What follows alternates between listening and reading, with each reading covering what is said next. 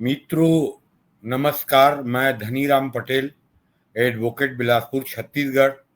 और आज चर्चा करेंगे जो दुनिया की मीडिया में चर्चा में है, अमेरिका के H-1B वीजा और चीन के वीजा। चर्चा शुरू करने के पहले आप सबसे आग्रह करूंगा कि मेरे चैनल DR पटेल एडवोकेट को सब्सक्राइब करें, लाइक करें, शेयर करें। तो मित्रों, मैंने जैसे बताया, आज दुनिया के मीडिया में चर्चा में है अमेरिका के H-1B वीजा और चीन के वीजा। अमेरिका में लगभग 50 प्रकार के वीजा दिया जाता है विदेशी नागरिकों को, और चीन में भी करीब 25-30 प्रकार के वीजा दिए जाते हैं। अभी चर्चा में आया अमेरिका के H-1B वीजा और भारतीय पेशेवर लोग जिससे सबसे अधिक प्रभावित होते हैं। आप लोग जानते हैं कि अमेरिका के H-1B वीजा लगभग 71% भारतीय लोग प्राप्त करते हैं।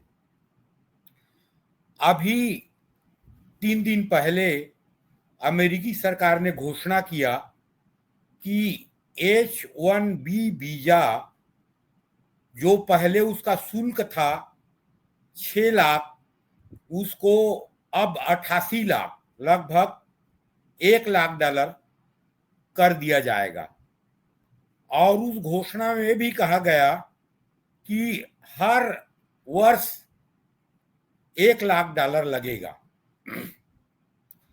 लेकिन व्हाइट हाउस के प्रवक्ता ने जो आधिकारिक घोषणा किया, उसमें एक घोषणा किया कि अभी जो H-1 वीजा धारक हैं अभी तक के 21 सितंबर 2025 के पहले, उनके लिए ये लागू नहीं होगा। 21 सितंबर के बाद वाले जो भी H-1B वीजा प्राप्त करेंगे, धारक होंगे, उनको $1 लाख शुल्क देना पड़ेगा। तो जब पहले घोषणा हो गया तो भारत में और दुनिया में एक तहलका मच गया कि ट्रंप क्या कर रहे हैं। और ट्रंप के जो दूसरे कार्यकाल में आप लोग जानते हैं, चाहे टेरिफ पॉलिसी हो, चाहे वीजा पॉलिसी हो, हर पॉलिसी के तहत अब भारत के इकोनॉमी को डिरेल करने का प्रयास अमेरिका कर रहा है। और उसका रीजन बताता है अमेरिका, ट्रंप सरकार, कि हम रसिया से तेल खरीद रहे हैं। तो बहाना तो कुछ और है, निशाना कुछ और है। लेकिन जैसे दुनिया की मीडिया में बोला जा रहा है कि भारतीय इकोनॉमी को अमेरिका एन के प्रकार डिरेल करना चाहता है। अमेरिका तो चाहेगा, लेकिन भारतीय इकोनॉमी डिरेल नहीं होगी। यहाँ पे H-1B वीजा का मतलब ये है कि H-1B वीजा प्राप्त करने के बाद अमेरिका में जो पेशेवर लोग हैं, डॉक्टर, इंजीनियर, साइंटिस्ट और व्यवसाय प्रबंधक MBA वाले जो हैं, पेशेवर लोगों को H-1B वीजा दिया जाता है। और अमेरिका के अर्थव्यवस्था के लिए, अमेरिकी कंपनियों के लिए H-1B वीजा भारतीय पेशेवर लोगों को देना अनिवार्य मजबूरी भी है, आवश्यक बुराई भी है। क्योंकि भारतीय प्रतिभा जो हैं वो आज लगभग अमेरिका के 65 मल्टीनेशनल कंपनियों का नेतृत्व कर रहे हैं। चाहे सुंदर पिचाई हो, सत्या नडेला हो, कई लोग हैं, आप सब जानते हैं। तो अमेरिका के डेवलपमेंट के भारतीय लोग ऋण हैं, उसके बावजूद भी अमेरिका H-1B वीजा का शुल्क क्यों बढ़ाना चाहता है? तो भारत और अमेरिका के बीच जो ट्रेड डील पे नेगोशिएशन चल रहा है, उसमें एक नया बार्गेनिंग चिप के रूप में इंट्रोड्यूस किया है ट्रम्प सरकार ने, H-1B वीजा। हम समझते हैं, सब समझते हैं कि भारतीय प्रतिभाओं को अमेरिका की आवश्यकता है। अमेरिका सोच रहा है कि भारतीय लोगों का रोजगार खत्म हो रहा है इंडियन लोगों के कारण, लेकिन ऐसा नहीं है। भारतीय प्रतिभा बहुत सस्ते पेमेंट में अमेरिका को मिल रहे हैं और भारतीय प्रतिभाओं की जरूरत अमेरिका इंडस्ट्री को है।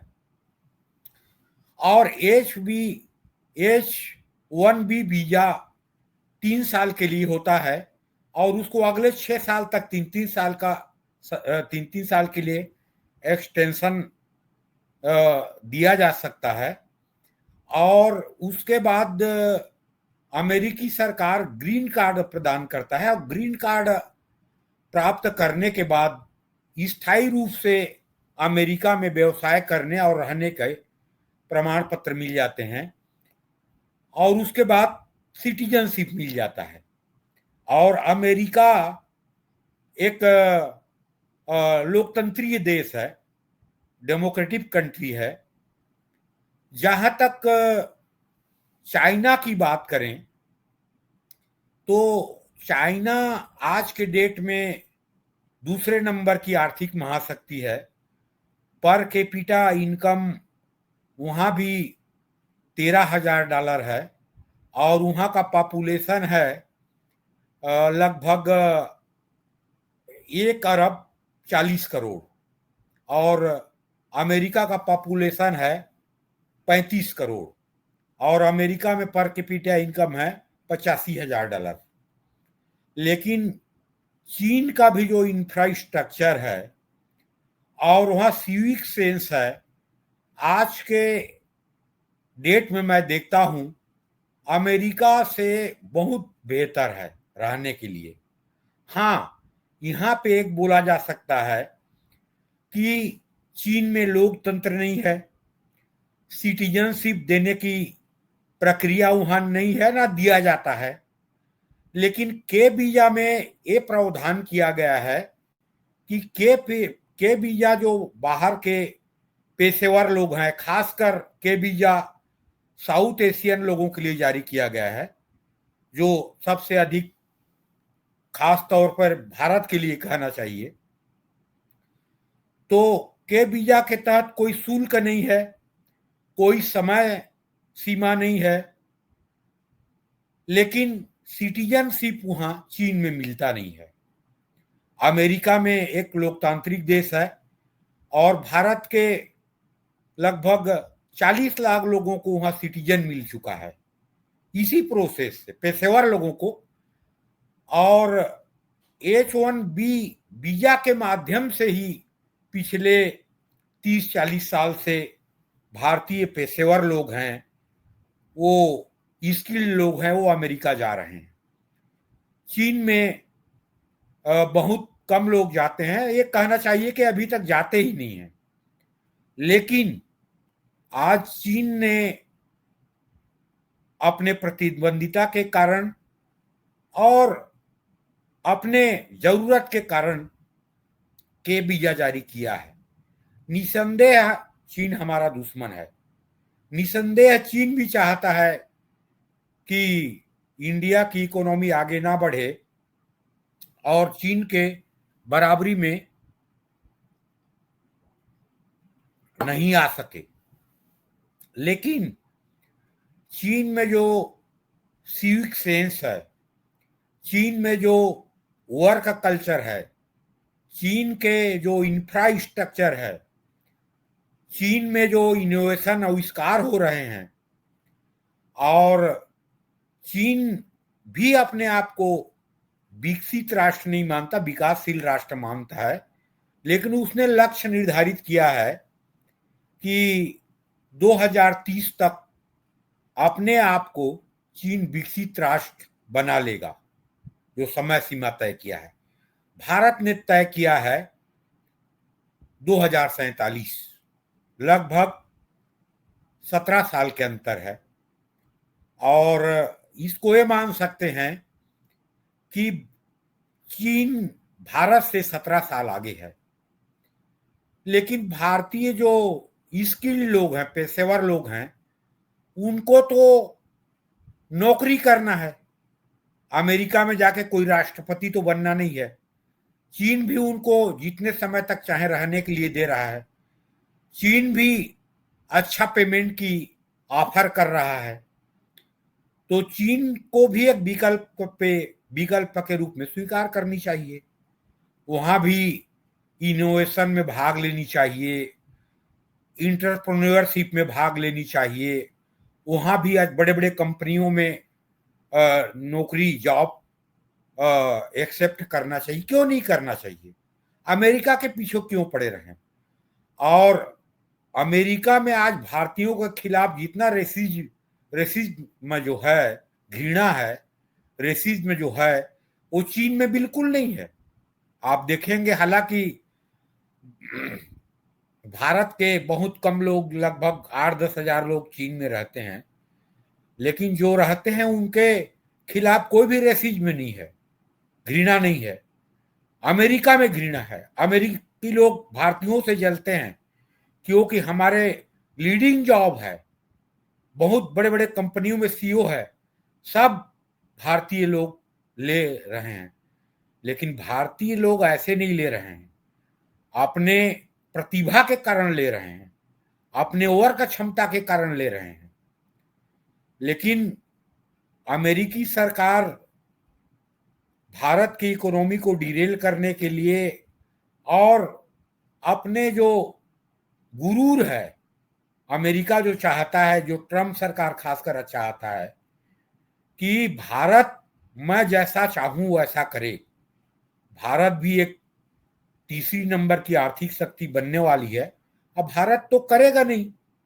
भारत की स्वतंत्र विदेश नीति शुरू से रही है और भारत भी अपने आप में महाशक्ति है।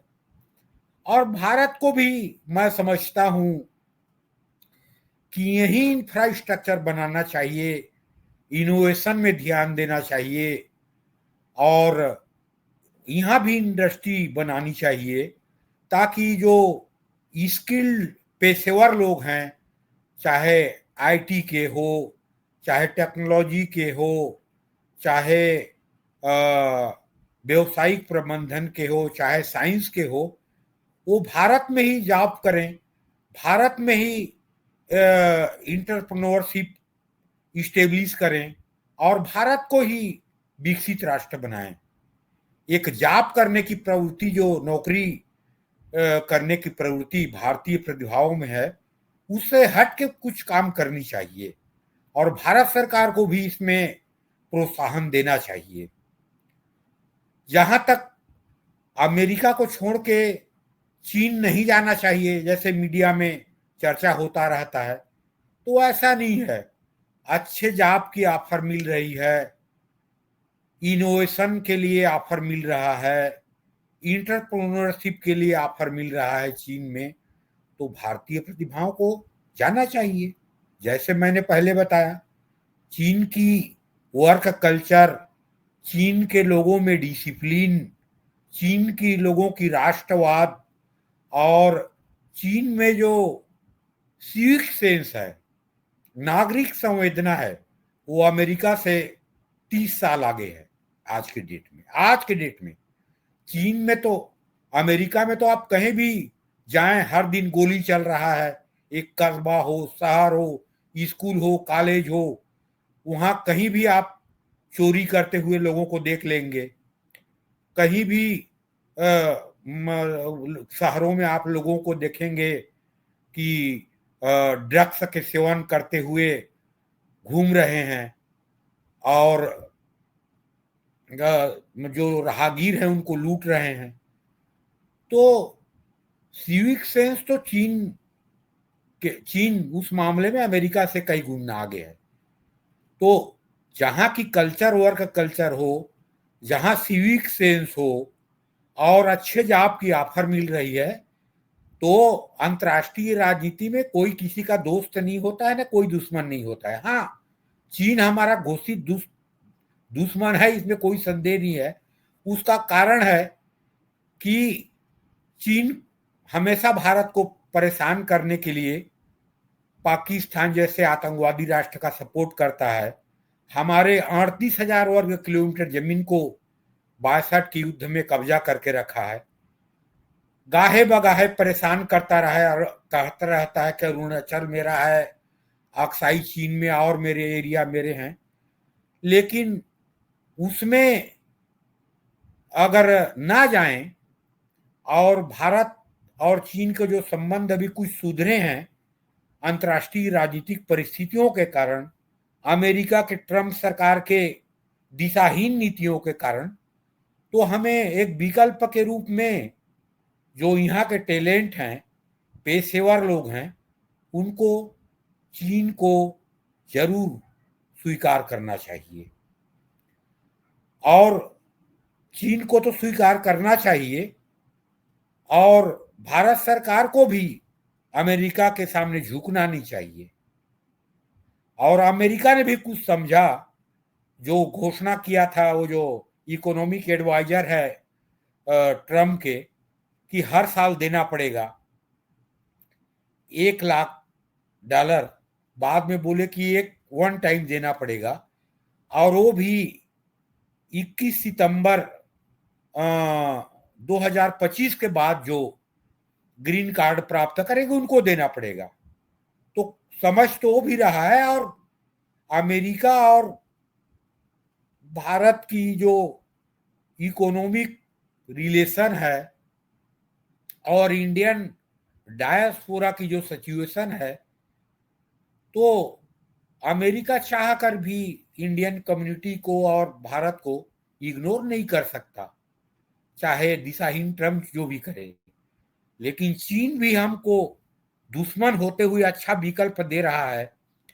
वहाँ जो अच्छा वर्क कल्चर है, वहाँ जो सिविक सेंस जो आज के डेट में चाइना में है, चाइना में जो इंफ्रास्ट्रक्चर है, मैं जो बताता हूँ आपको, कई वीडियो में मैंने बताया है कि जो योजना चीन में 10 साल में पूरी होनी चाहिए वो 7 साल में हो जाता है।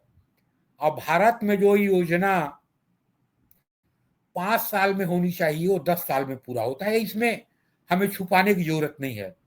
आप देखेंगे बुलेट ट्रेन जो अहमदाबाद से मुंबई तक की जो 510 किलोमीटर है, उसके निर्माण के लक्ष्य भारत सरकार ने 5 साल रखा था। लेकिन उद्धव सरकार जो बनी थी उसके नीतियों के कारण वो आज लगभग 10 साल में पूरी होगी। लक्ष्य तो है कि 27 तक पूरा हो जाएगा, लेकिन 5 साल में जो पूरा होना था वो 10 साल में हो रहा है। तो डेवलपमेंट की स्थिति चाइना और भारत में अंतर है, लेकिन उसका एक कारण भी है। भारत एक लोकतांत्रिक देश है जिसको मीडिया वाले बताते नहीं हैं, और चीन एथॉरिटेरियन गवर्नमेंट है, वन पार्टी सिस्टम है। और वन पार्टी सिस्टम में किसी को विरोध करने का अधिकार नहीं है, किसी को जुडिशरी में जाने का अधिकार नहीं है, किसी को कोर्ट से स्टे लेने का अधिकार नहीं है, कोई भी बनाएगा। और भारत में आप देखेंगे कि जो बुलेट ट्रेन बन रहा है अहमदाबाद से मुंबई के बीच, उसमें जो लैंड एक्विजिशन के प्रोसेस चल रहे उसमें कई लोग कोर्ट चले गए, कई लोग स्टे ले लिए, और ऐसी प्रक्रिया चल रही है जिसके कारण डिले हो रहा है। और सरकारों की निकम्मेपन जो उद्धव ठाकरे की सरकार बना था उसके कारण है। यहाँ एक सरकार कोई स्कीम लॉन्च करती है तो विरोधी सरकार आती है, तो देश के विकास को ध्यान में ना देते हुए उसको विरोध करना शुरू करती है, उसको डिरेल करना शुरू कर देती है। ये भी भारत के लिए दुर्भाग्यपूर्ण बात है। तो मित्रों, आज हमें अमेरिका के साथ साथ चाइना से भी अच्छा विकल्प मिल रहा है, जो यहाँ के पेशेवर लोग हैं। तो उस अपॉर्चुनिटी जो है उसको अवेल करना चाहिए। हमें चीन के जो अपॉर्चुनिटी है उसको भी स्वीकार करना चाहिए और चीन से सीख के अपने प्रतिभा के बल पे, जैसे अपने प्रतिभा को अमेरिका में हमने स्थापित किया है, चीन में भी स्थापित करना चाहिए। और इकोनॉमिक रिलेशन जो है चाइना और भारत के बीच, और ट्रेड बैलेंस है जो चीन के फेवर में है, भारत और चीन के बीच जो ट्रेड डिफिसिट भारत के अगेंस्ट 102 बिलियन डॉलर की है, उसको कम करने में हमें सहयोग करना चाहिए इन पेशेवर लोगों को, और उस अपॉर्चुनिटी का उपयोग करना चाहिए। आप सबको नमस्कार, खुश रहें। आप सबको जय हिंद, जय भारत।